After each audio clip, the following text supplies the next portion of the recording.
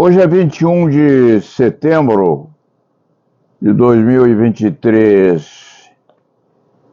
Isto aqui é uma imagem pequenina, mas linda, de uma criancinha, quase um feto, mas já com as formações adequadas a um ser humano. O Leite Fernandes trazia isto aqui há uns 60 anos, 58 anos. O Leite Fernandes traz esta criancinha consigo e vai contar porque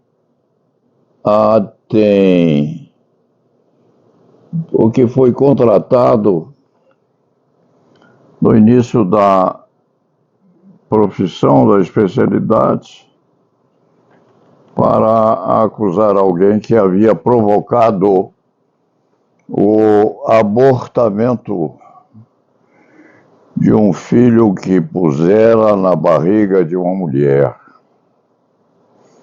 Foi contratado para acusar quem praticara o aborto na mulher que engravidara de um feto que seria um filho seu.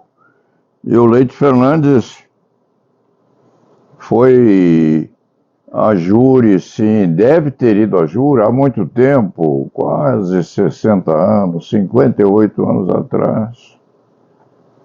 E no meio do julgamento,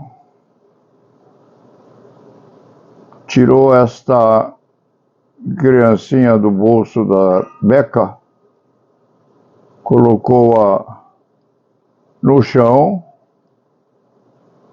e disse à parte contrária: agora Vossa Excelência se levanta, descruza as pernas, abre os botões da beca para poder andar melhor e pisa nessa criancinha que é fictícia, é evidente, mas todos vão saber o que acontece com ela.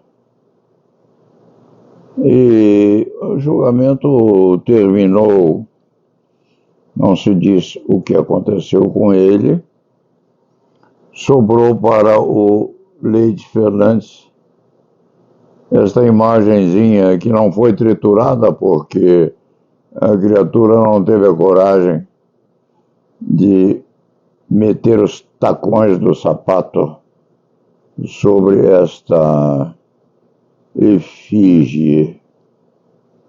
Por que é que o Leite Fernandes está a dizer isto aqui? Porque soube e sabe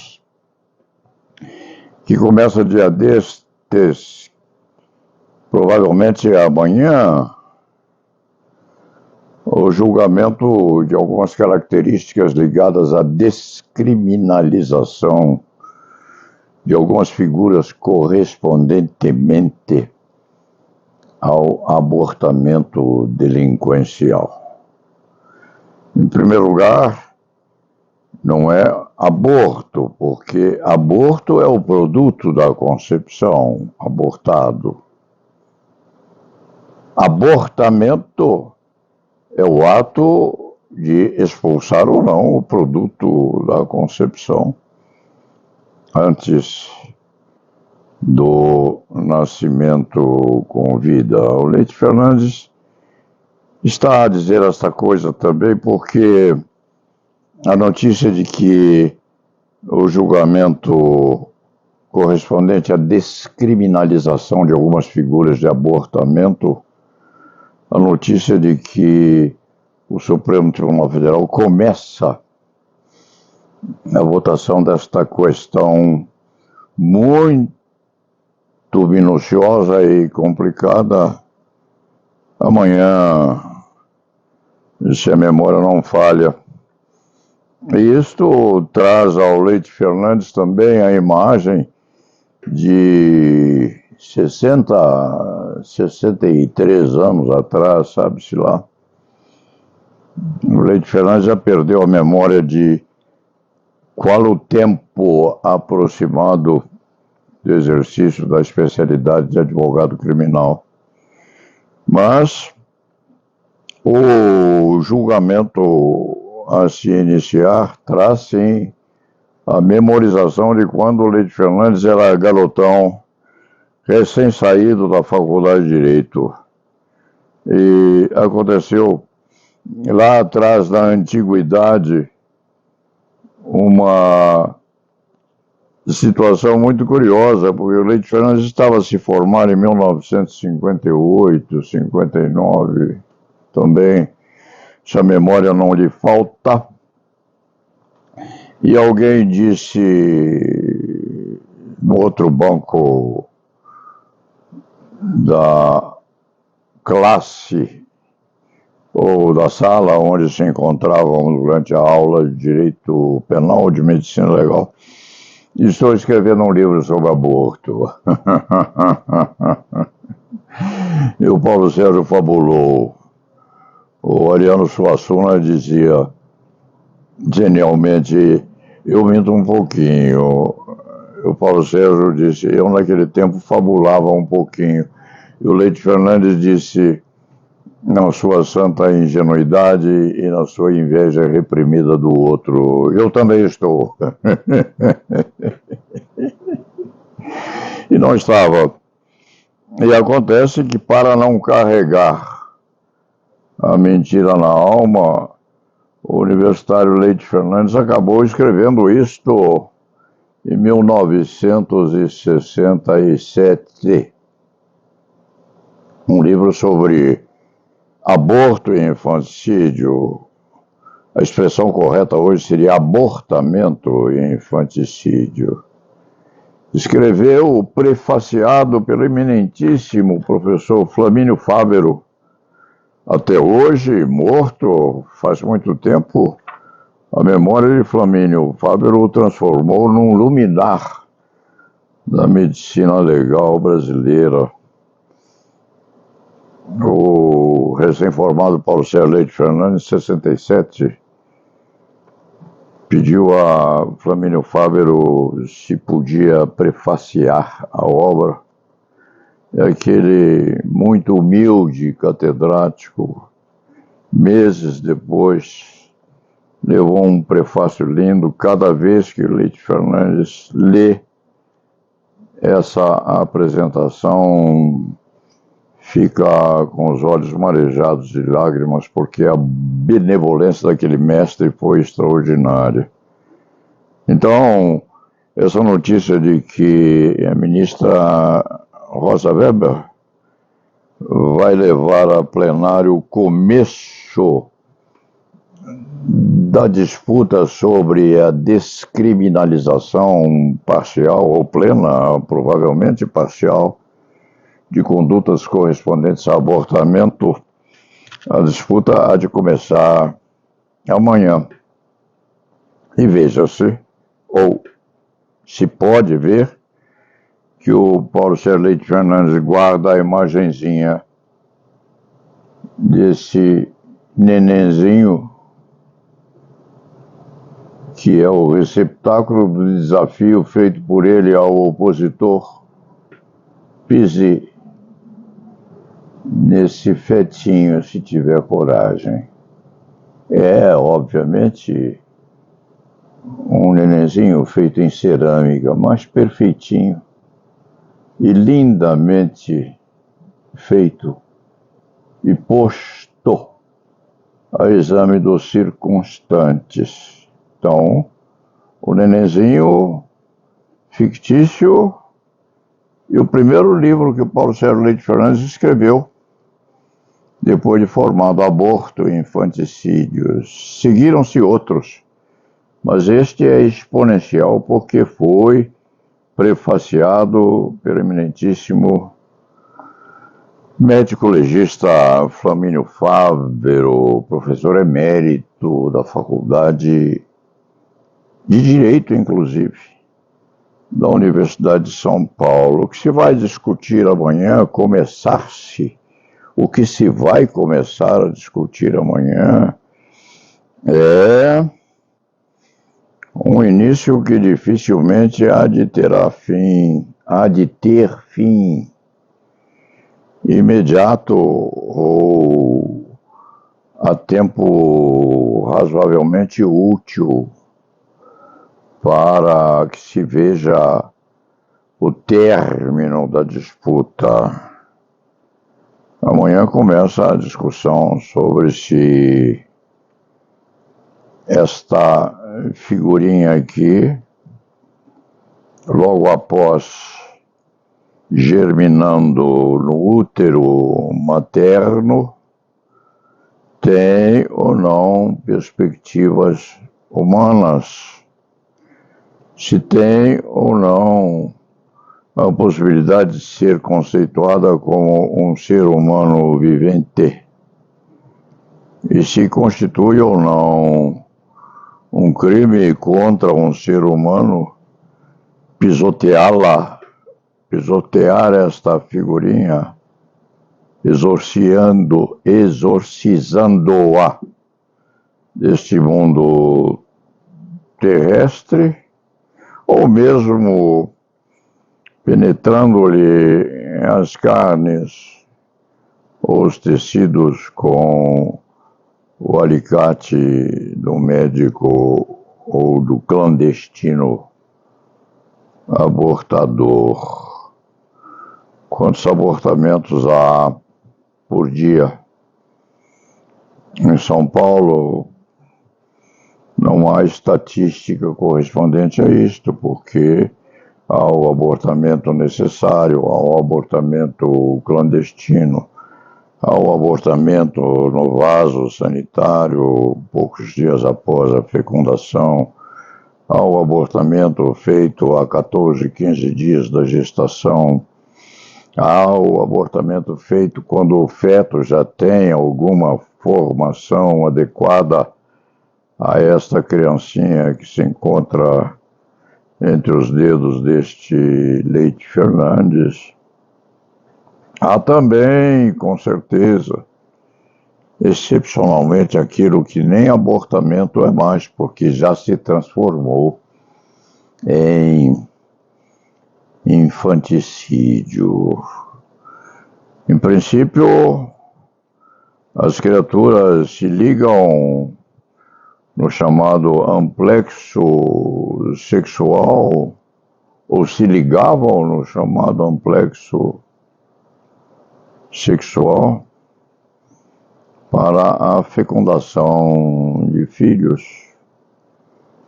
Minha avó espanhola, segundo consta nos anais da família Hernández, o Leite Fernandes é descendente de espanhóis por parte de pai, teria produzido entre 14 e 17 filhos.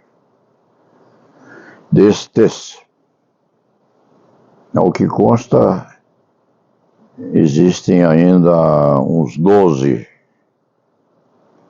vivos.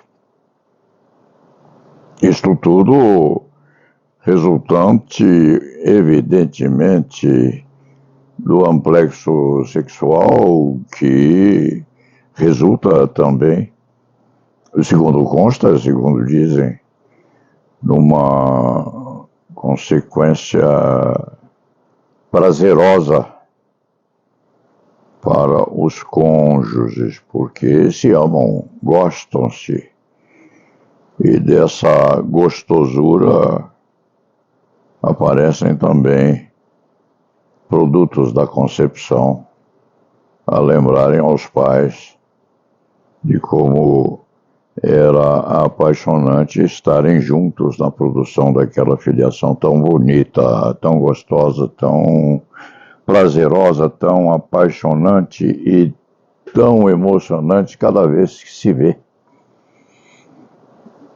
aquele ou aquela cuja vida depende ou dependeu do nosso abraço apertado. De qualquer forma, o julgamento dessas particularidades concernentes a abortamento e suas consequências ou suas provocações lícitas ou ilícitas.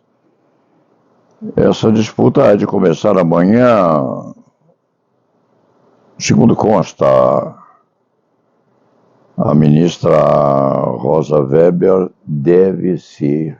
provavelmente será a relatora, mas não se acredite que isto há de terminar recentemente, não há de demorar muito a acabar. Há problemas muito sérios hoje em dia correspondentes tais questionamentos à gravidez em si, à fecundação, ao desenvolvimento do embrião, à consequencial produção da criança a ponto de se transformar num ser vivo, pensante, falante, inclusive movimentando-se para mais ou para menos na vida dos pais e dos circunstantes. O abortamento é tudo isso e muito mais, porque diz também com o momento em que o embrião se transforma em feto, em que aquele cordão de tecido meio desnaturado começa a se colocar de tal forma que se lhe podem ver os dedinhos, o narizinho, o pezinho, enfim, uma orelha recém-formada, os olhinhos fechados. Mais tarde se lhe ouve o balbucio, se lhe vê o movimento parcial dos membros, começa a rastejar no chão, depois a primeira andadura, o desenvolvimento, o choro, a fome, o sorriso, o chamamento do papá, mamã, enfim, é um julgamento sobre a descriminalização do abortamento em certas circunstâncias, mas é alguma coisa, lembrando a todos, aqueles que acompanham de perto ou ao longe as disputas, é a antecipação da memorização de cada um dos intervenientes. Esse julgamento começa amanhã, sim. O Leite Fernandes não tem sequer a possibilidade de começar a discutir os aspectos legais ou jurídicos, ou até antijurídicos de comportamentos assemelhados, porque o assunto é extremamente sofisticado. Basta lembrar que, correspondentemente aos fatores modernos levando à disputa ou à discussão, nós temos agora, recentissimamente, a cientificação do aparecimento de embriões partindo de componentes que não são nem óvulos e nem espermatozoides. O Leite Fernandes tem o costume, antigo já, de ler uma crônica ou as crônicas muito bem postas do Dr. Fernando Reinach, que escreve em Metrópole, no estado de São Paulo, no jornal. E ele escreveu um artigo muito bom, Embriões sem óvulo ou espermatozoide, enfim, a concepção de um ser humano sem que esteja presente o espermatozoide e sem que esteja presente também o óvulo. Tudo num sentido de artificialismo conducente, sim, é o que se espera. É uma figura humana depois de haver o composto todo e desenvolvimento mais tarde até a postura daquele composto todo e transformação daquela postura numa criança, macho ou fêmea, pouco importa, mas de um ser vivo. Embriões sem óvulo ou espermatozoide. Faz-se um ser humano sem que haja a chamada fecundação advinda do congresso sexual ou da expulsão do sêmen em contato com o óvulo de uma mulher. Afirma-se que a experienciação correspondente a isso foi até o 14º dia, quem sabe, após essa iniciação da experiência. Quando se afirma que se foi até o 14º dia, já se foi muito mais longe. Porque, de repente, há por aí um ser humano vivo.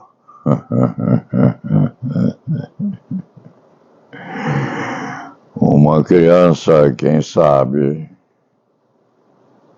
movimentando-se no nosso mundo, gerada em embrião, e não por um óvulo, e nem por um espermatozoide.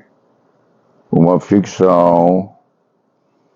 E de repente essa criatura gerada assim é absolutamente perfeita.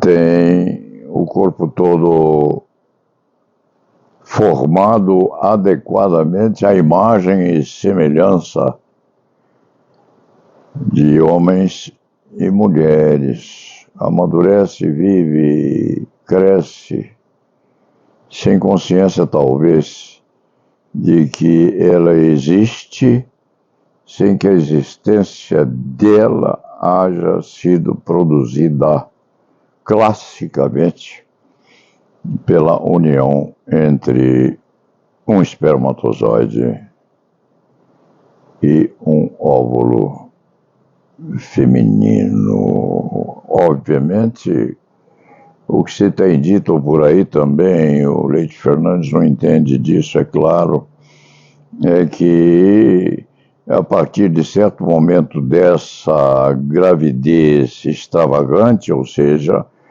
a união entre os dois compostos que não são espermatozoide e que também não é ou não são óvulo feminino, é o que se pensa. Evidentemente que é preciso que haja implantação, hospedagem disso aí no útero de uma mulher. E se diz que não deve haver aspectos concretos classificando essa experiência como atuarial, e se diz que não deve haver qualquer consequência nesse sentido perfeito de formação de um ser humano, porque não há mulher que se disponha a emprestar ou doar, ou se dispor a ser parte de uma experiência de implantação ou nidação de um composto bífido entre embrião que não seja o produto da união de um óvulo com um espermatozoide. Nenhuma mulher faria isto. Será por hipótese que nenhuma mulher há de fazer isto? Ou de repente aí, num restolho de mundo, um ser humano qualquer há de se ter disposto a propiciar a possibilidade de se passar desse 14º dia, a saber o que vai acontecer à medida em que aquela união artificial for evoluindo no ventre ou no útero materno até se pôr ou se colocar em parecença com uma criatura humana e não a ter a aparência de uma deformidade qualquer posta no mundo sem que se saiba exatamente o que houve com aquela placenta a amadurecer a ponto de se transformar numa aparência deformada de alguma coisa que pode ser ou não parecida com esse nenenzinho aqui. De qualquer maneira, essa disputa sobre abortamento, que há de começar amanhã, vai prosseguir amanhã, porque já houve tempos atrás, no Brasil mesmo, essa disputa vai dar o que falar. O Leite Fernandes se lembra, inclusive, de que quando abriu, há muito tempo atrás, esse livro que escreveu, há uns 60 anos, talvez 58 anos, encontrou uma cópia de um parecer de Dionis Tamato Leite Fernandes, que é a sua segunda esposa, competentíssima. Dionis Tamato Leite Fernandes, ao tempo, se chamava Dione Prado Stamato, e já era importante na Ordem dos Advogados do Brasil, seção de São Paulo. Ofereceu um parecer à seccional de São Paulo exatamente contra o abortamento. A seção de São Paulo da Ordem dos Advogados do Brasil, lá pelos idos de 1967, ofereceu um parecer a um congresso de advogados em que havia a restrição grande à pretensão de se descriminalizar o abortamento. E o parecer da seção de São Paulo da OAB, naquele tempo, foi aprovado pela conferência praticada na Ordem dos Advogados do Brasil.